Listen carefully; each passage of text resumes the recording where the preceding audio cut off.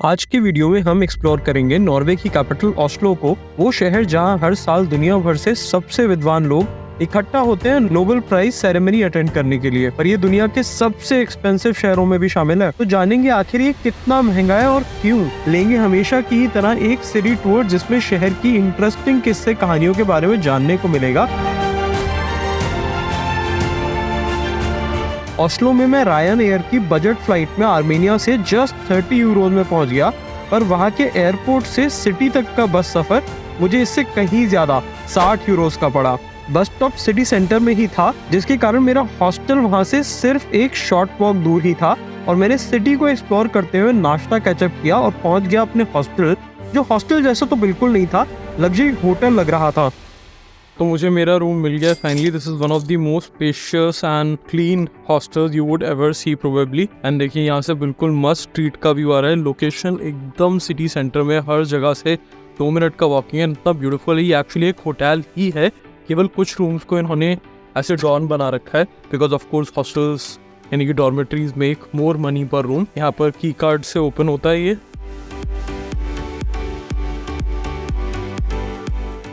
ये बहुत ही beautiful common area है। यहाँ पर कोवर्किंग स्टाइल बना रखा है कि आप चाहें तो आप बैठ के काम भी कर सकते हैं। टीवी रूम है यहाँ पर, छोटी सी किचन भी है उस तरफ। ये हॉस्टल इतना महंगा है कि मैं काफ़ी खुश हूँ कि मैं ऑस्लो में केवल एक ही दिन स्पेंड करने वाला हूँ। देखो ये है Oslo fjord sightseeing, 469 kroner यानी कि ऑलमोस्ट 50 यूरो। यहीं समुद्र के किनारे ऑस्लो हार्बर में एक नोबल म्यूजियम भी बनाया गया है और यहीं से फ्योर्ड्स एक्सप्लोर करने के लिए क्रूज शिप भी चलती हैं। फ्योर्ड्स नॉर्वे की सबसे पॉपुलर साइट्स हैं, जो कि हजारों साल पहले पहाड़ों की बर्फ पिघलने से उनके बीच में पानी की नदी जैसे बन गए और जिनके कारण यहाँ के पहाड़ फ्लोटिंग आइलैंड जैसे लगते हैं, जिन तक पहुँचने के लिए फेरी बोट से जाया जा सकता है। और ये टूर्स हर कुछ घंटे में यहाँ से जाते हैं। 3 ही टाइम है, 10 बजे, 1 बजे और 3:30 बजे, तीनों निकल चुके हैं। नहीं तो ये अच्छी चीज़ें करने के लिए बिकॉज इसके अंदर लंच भी इंक्लूडेड है। पर खाना होता है नॉन वेजिटेरियन श्रिम्प, जो यहाँ के सी से आए हैं, और सैल्मन। यहाँ पर मेजर वेल्थ इनके सी रिसोर्सेज से आती है, जहाँ पर ऑयल फील्ड्स हैं और वर्ल्ड की बिगेस्ट और मोस्ट एक्सपेंसिव फिशेस को बड़ी बड़ी शिप्स की मदद से कैप्चर करके एक्सपोर्ट किया जाता है। और ये ऑस्लो की फ्योर्ड है। हम लोग यहाँ पे हैं कहीं पे सिटी हॉल के पास में। ये साइड है ऑस्लो सिटी और बाकी ये बहुत सारे आइलैंड्स हैं ऑस्लो के, और यहाँ इसके अराउंड चक्कर लगा के क्रूज लेकर के आती है। तो कैटामरान यानी कि छोटी बोट होती है, जो कि पार्टी बोट की तरह होती है। ऐसे सेल्स लगे होते हैं इसके ऊपर। 2 घंटे का ये क्रूज टूर है। सारी साइड सिटी की भी दिखाते हैं, आसपास के आइलैंड भी दिखाते हैं। आई थिंक रुकते भी होंगे कहीं पे।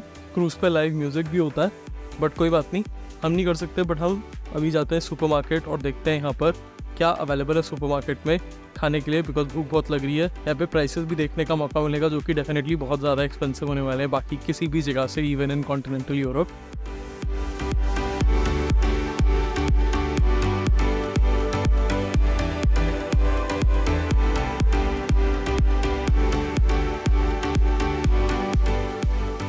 नॉर्वे कॉन्स्टिट्यूशनल मोनार्की है, जिसका मतलब है कि यहाँ की लुक्सबर्ग रॉयल फैमिली केवल नाम मात्र के लिए हेड ऑफ द स्टेट है, पर actual power elected parliamentary democratic government के पास है, जैसे यूके में भी होता है। पर यहाँ की रॉयल फैमिली बिल्कुल कॉमनर्स की तरह ही रहते हैं और उनकी नेट वर्थ सिर्फ $30 मिलियन की है, जो यूरोप की किसी भी रॉयल फैमिली में सबसे कम है। वो भी तब जबकि नॉर्वे की पर कैपिटा इनकम वर्ल्ड की हाईएस्ट में काउंट होती है, which shows how much power the common people enjoy in this country। इस शहर को अपना प्रेजेंट नाम ऑस्लो 1925 में ही मिला, after the independence in 1905, and उससे पहले इसका नाम था Christiania, after the Danish king Christian the fourth, जिन्होंने इस सिटी को रिकंस्ट्रक्ट किया था।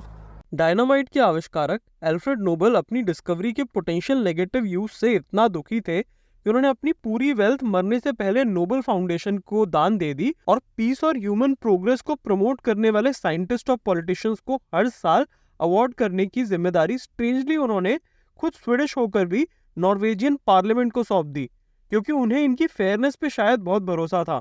और ये ट्रेडिशन 100 साल बाद आज भी चल रहा है। एक और इंटरेस्टिंग बात बता दो इस सिटी के बारे में।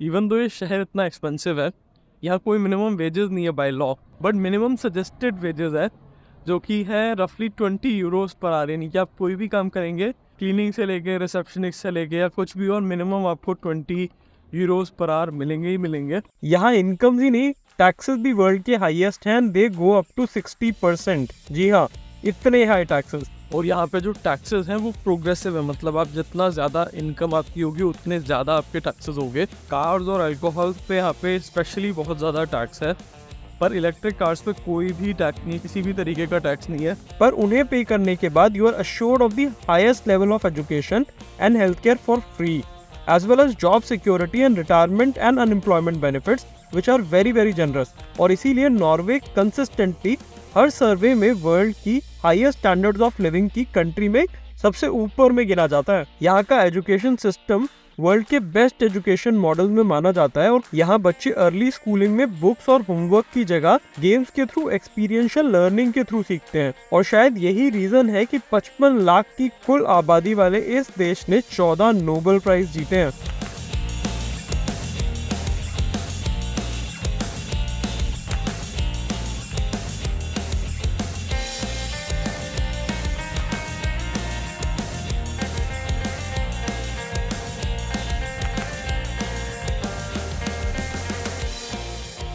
पर ये देश यूरोपियन यूनियन का मेंबर नहीं है। ये यूरोपियन यूनियन से बाहर है, इवन दो शेंगन जोन में आता है ये, ना ये यूरो जोन में आता है, यानी कि यूरो भी नहीं चलता है यहाँ पर, और ये ईयू का मेंबर नहीं है।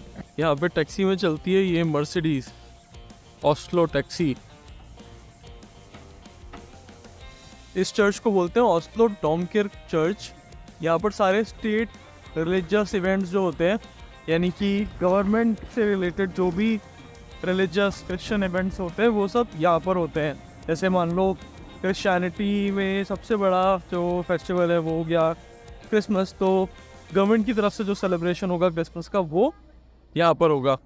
ये यहाँ का सबसे पॉपुलर ग्रोसरी स्टोर है, रेमा 1000 सबसे बड़ी चेन है।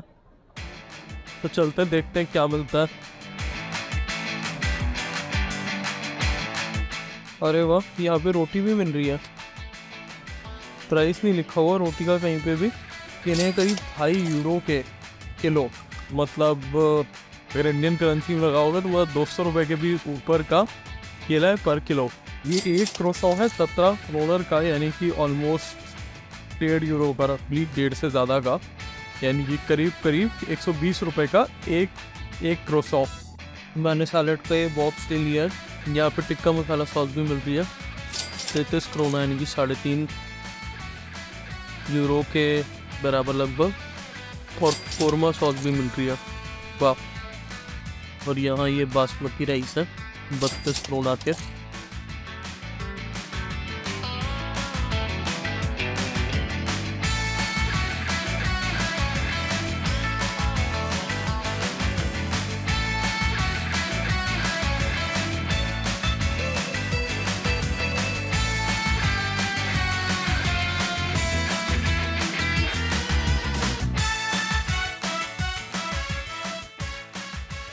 मैंने केवल सलाद, दूध और राइस लिया और मेरा बिल आया है 25 यूरो का।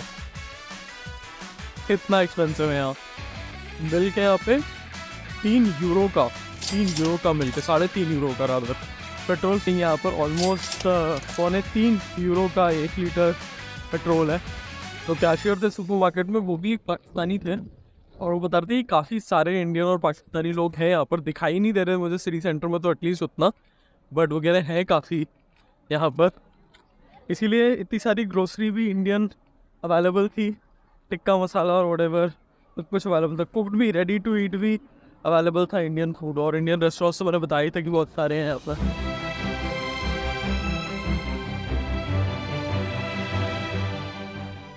दोपहर में मैंने कबाब लिया था और कबाब मुझे पड़ा था 11 यूरो का, 11 यूरो का सिर्फ कबाब, वो भी छोटे साइज़ का। यही जगह थी जहाँ पर मैंने कबाब लिया था। क्योंकि रियल एस्टेट और वेजेस ज़्यादा है यहाँ पर, तो हर चीज़ की प्राइसेस बहुत ज़्यादा है। यहाँ पे जो पब्लिक ट्रांसपोर्ट की सिंगल टिकट है वो 4 यूरोस की है, और डे पास जो है वो 40 यूरो का है। मुझे समझ में नहीं आ रही है क्यों इतना एक्सपेंसिव होना जस्टिफाइड है। बट अगर आपको समझ आया तो ज़रूर बताना। जगह तो ब्यूटीफुल है बट बहुत एक्सपेंसिव है। बज रहे रात के 10 और माहौल है जैसे सुबह के 10 बज रहे हो। सूर्यास्त का कोई सीन ही नहीं है यहाँ पर। पूरी रात इसी तरीके से उजाला रहेगा, रात होगी नहीं मतलब यहाँ पर। अगर आपको आइडिया हो कि भैया क्यों 1 यूरो में मिलने वाली कोक मेनलैंड यूरोप में यहाँ के 3 यूरो हो जाती है, तो ज़रूर कमेंट्स में मुझे बताना। I would look forward to them. Oslo काफ़ी सुंदर है पर बेहद एक्सपेंसिव भी है, और अगर आप नॉर्वे आ रहे हो तो आई वुड रिकमेंड कि आप यहाँ के दूसरे छोटे शहरों को एक्सप्लोर जरूर करें, जैसे स्टेवांगर, ट्रॉन्डहाइम और बर्गेन, जहां आप ऑथेंटिक नॉर्वेजियन कल्चर तो एक्सप्लोर कर ही पाएंगे और फ्योर्ड्स और नॉर्दर्न लाइट्स जैसे यूनिक नेचुरल फिनोमेना को भी एंजॉय कर पाएंगे।